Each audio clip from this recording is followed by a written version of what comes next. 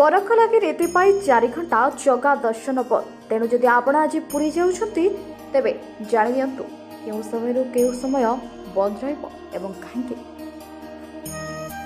तेबे आज बुधवार फाल्गुन मास कृष्ण दशमी तिथि। आज श्री विग्रह को बरख लगे रीति अनुष्ठित होब।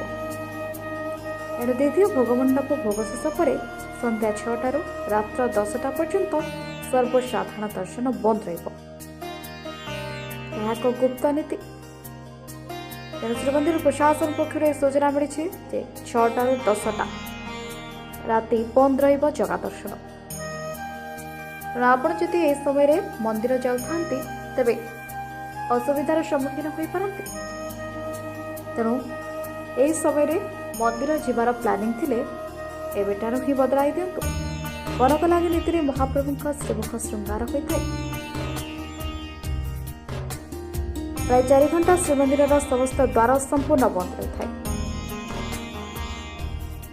Report metro TV.